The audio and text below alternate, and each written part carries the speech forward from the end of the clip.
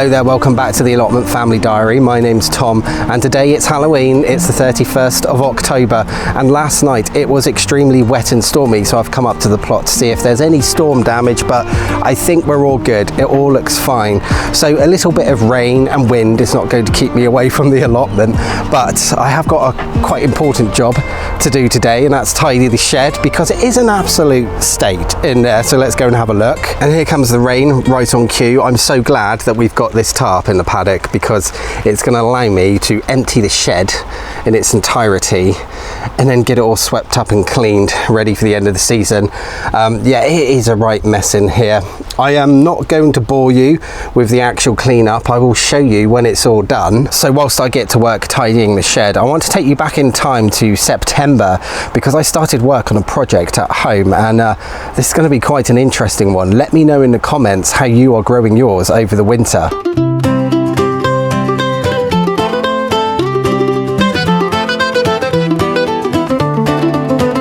Hello there, you join me on the evening of Thursday the 25th of September and it's about 9 o'clock in the evening and I've been working on another project, but this time it's at home.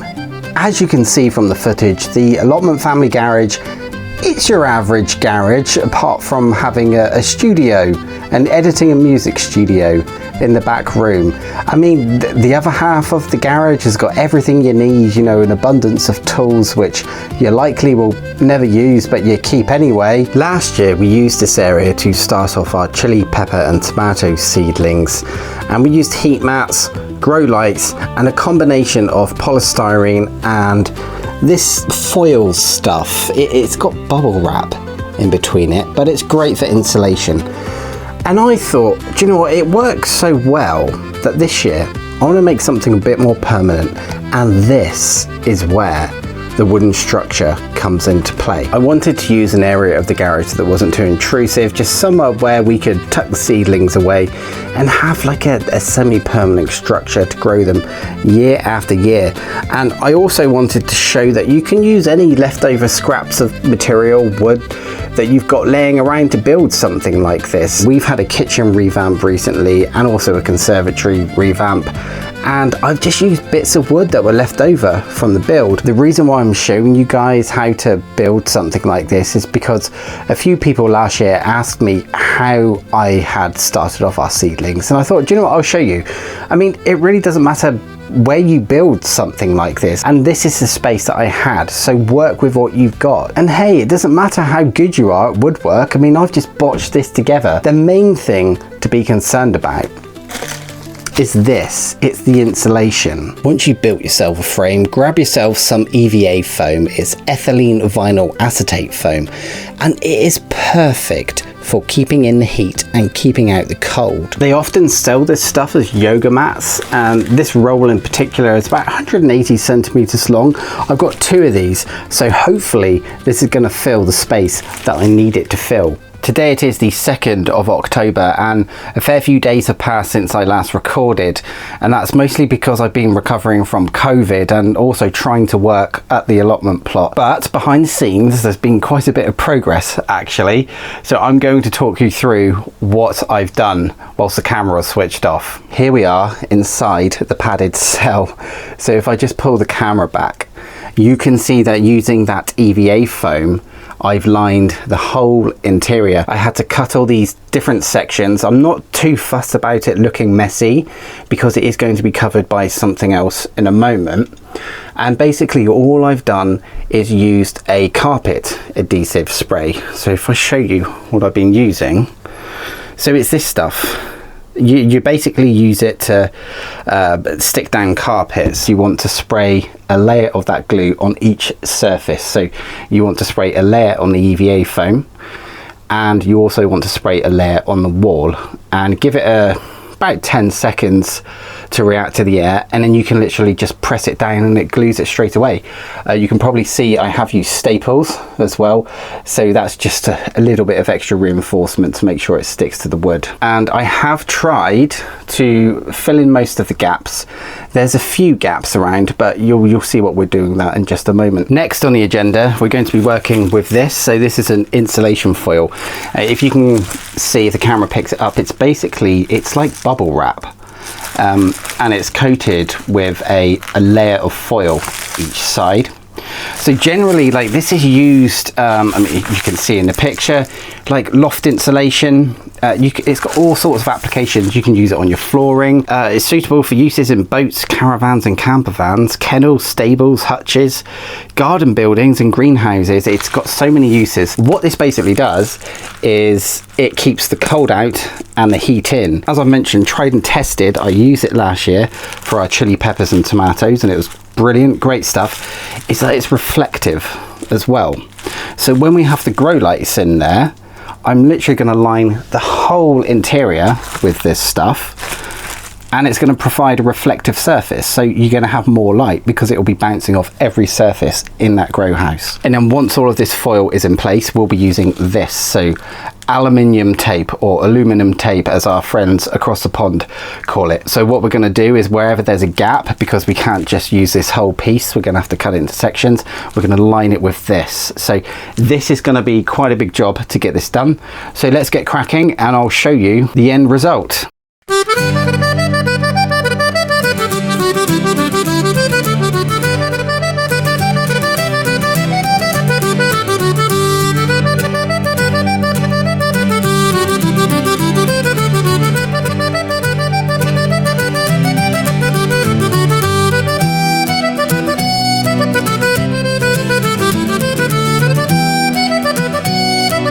It is the 23rd of October today, and it's probably been about a month since I started this project, but that was the aim. I wanted to take my time and I wanted to make sure I got everything right. I think we still roughly have about 2 months, so I'm aiming for Boxing Day when I actually put my chili seeds into that grow house. So yeah, we're well ahead of schedule. I'm going to be mounting our LED grow lights on beams inside the grow house, and in order to do that I had to build an exterior frame out of old, again, salvaged wood that we had left over from the kitchen in order to clip the stands to them. This was fairly simple. It was just a case of cutting the wood to the size I needed it to be and just screwing it into place. These are going to support a beam which holds the LED lights in place and stops them flopping down on their telescopic arms. If you are wondering about the grow lights that we're using, I got mine from a major online retailer.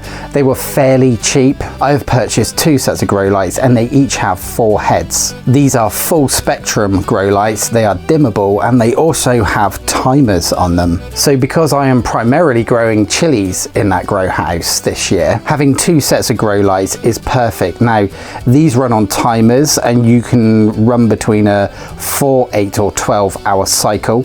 So chilies roughly need about 14 or 16 hours daylight per day. So using 2 sets of lights will allow me to stagger the starting times and achieve that goal. The LED grow lights that I'm using do require a mains power source, and obviously we don't want the plug to be inside of the grow house where it's moist and damp and bad things could happen with electricity. Therefore, I have left a slit in the side of the grow house and pushed in the lamps through the top of that slit. Once they were pushed through into the grow house, I then clamped the clips onto the frame that we've just built. Because this particular make of grow light is on a flexible stem, we had to hold them into place, and I've achieved this with the 2 cup hooks, and I have placed a length of wood, covered it in aluminium foil, and then slotted the grow lights in between that and the ceiling. So this should keep them held in place because we really don't want them flopping down and crushing our plants. No, we really don't want that to happen. Once the LED lights were positioned evenly apart, I then sealed the sides with a bit more of that aluminium tape. Now there is a slight bit of a gap, like a little bit, but that's fine because we do want some fresh air going in there. We do not want things to stagnate in there. We are now approaching the end of October and the build is nearly complete. There's a few more steps I want to talk you through. The main thing you probably notice is this black stuff that's appeared on the frame. Now this is to do with the door hatch, which I'll talk you through later on, but I also want to show you inside the grow house. Now as you can see, we have a new addition. It's a fan. So this is a USB powered fan, and that plug can then be put into the main socket as well.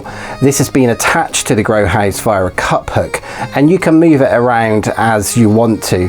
So the main purpose of this is to prevent the air from stagnating in there, give it a bit of air circulation, and also very importantly, we're not going to have this fan on all the time, but when we do turn it on, it's to strengthen those seedlings. So as they grow, a lot of people say to sort of just every now and again brush the seedlings to strengthen the stalk, but we're going to let the fan do that for us. So I may leave it on for about 30 minutes each day. We'll see how that goes. But one of the more important aspects of the grow house is the heating. I will be using 2 grow mats. I've got 2 here from last year and these were very successful.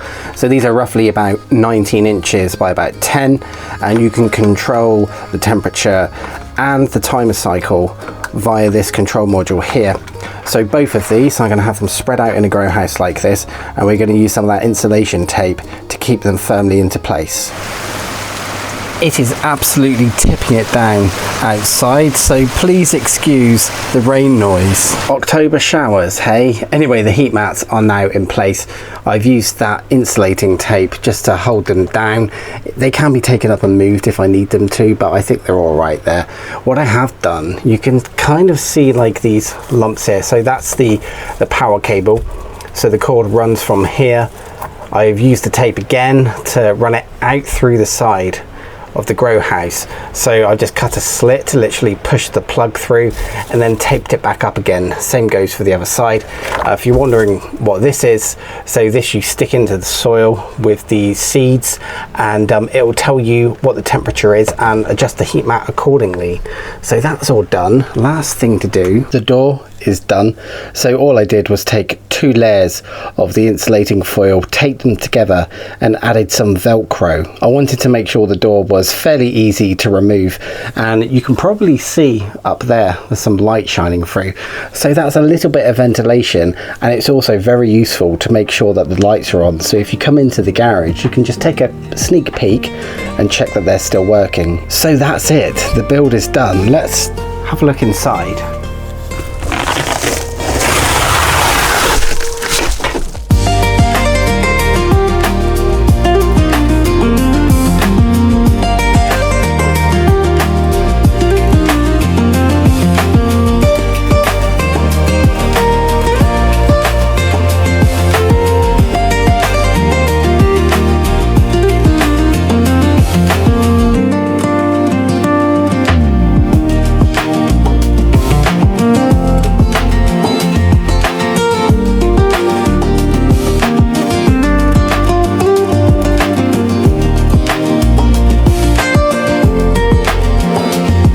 Well, that's the shed tidied, but before we take a look, I hope you enjoyed the grow house construction. Please leave me a comment if you're going to try that build yourself. I hope it's useful, or perhaps you have any ideas on improving it, or if you're going to try a completely different method of growing chilies and peppers over the winter period. And when will I be sowing my chilies and peppers? Well, that's going to happen on Boxing Day. Anyway, we've got a nice tidy shed now, so come on, let's have a look.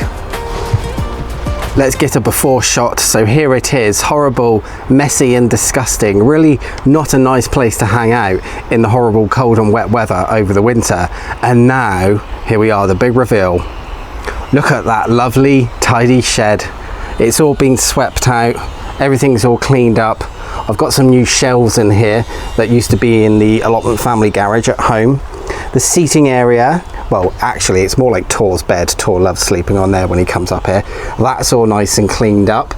Shelves have been tidied. The cooking area is done as well. Oh, we can start cooking again. We can have tea up here and coffee. That's going to be great. The shelves are done. Time on the clock is wrong. The battery's dead. We've got a whole stack of tools here. I really need to sort out a tool storage area, like a proper one, perhaps another mini shed somewhere on the plot, but that could be done over the winter or next year. we've got the another storage corner there, and yeah, it's looking lovely and tidy. So look outside, beautiful. Anyway, what's next on the agenda?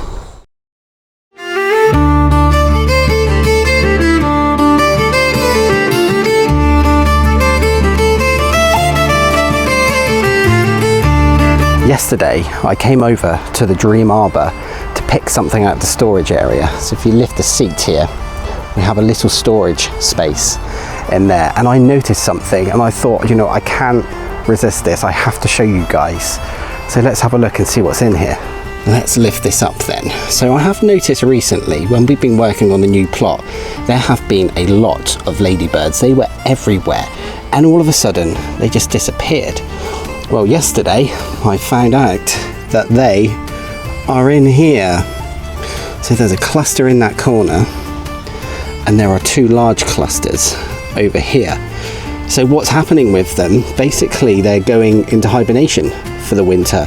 So this is a process known as diapause, and basically they huddle together to keep warm, and when the spring comes, they will emerge from hibernation and go back out into the wilds, which is, well, amazing news for ladybirds, because, you know, they're on the decline, aren't they? So I was very happy when I found this, but I think now I'm going to close the lid and leave them for the winter to hibernate in peace. So here we are back on the abandoned plot, the new plot that we're currently renovating, and I've just had fun bashing in canes. Why have I done that? Well, come here and I'll show you. Behind the greenhouse, I have placed 10 canes up here. Each one is about 2 foot apart. Now, some of you guys may remember from previous video, we said this entire plot, the new plot, is going to be dedicated to fruit and fruit only. So why are the canes here? Starting from this end of the plot, we're going to have a path there, 2 foot path. Here, we're going to have blackberries, another path. Here will be grapes, a path, raspberries, path, raspberries, path, and raspberries. Now, I have already ordered our raspberries online. Hopefully they will be arriving in the next couple of days, but I'm afraid, guys, you're gonna have to wait until the next episode to find out what varieties we've chosen. We have also sourced blackberries from somewhere quite nearby, but again, you'll have to wait till next week to find out what's happening with that, and we're going to start work on putting them in. Yeah, I know you've had to put up with a whole episode of just me this time.